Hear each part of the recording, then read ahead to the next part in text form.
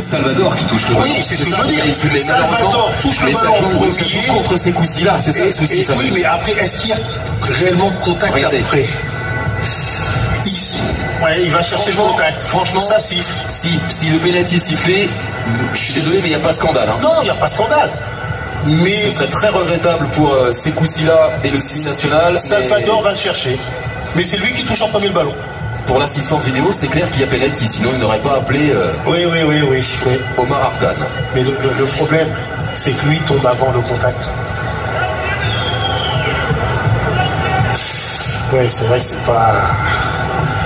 Il est difficile d'être arbitre. Des fois, je suis catégorique là. S'il est sifflé, effectivement, c'est pas un scandale.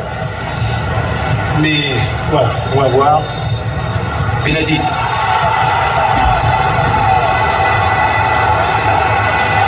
Alors attention de ne pas célébrer trop vite côté équato-guinéen, et il y a encore de l'espoir côté civil national. Il n'est pas encore frappé et transformé ce penalty, mais après le tournant, le carton rouge de Bikoro, voilà un autre tournant. Cette maladresse de ces coups-ci là sur Ibanez Salvador et le penalty aux grandes dames du civil national.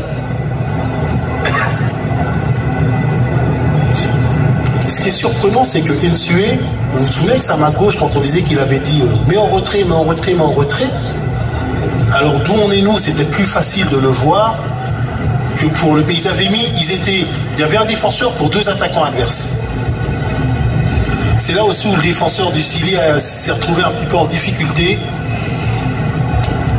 Samuel, c'est un moment fort, un moment important, pour ne pas dire capital, dans cette seconde période, dans ce duel, ce premier duel entre la Guinée équatoriale et la Guinée, entre le Nzalang et le Sili.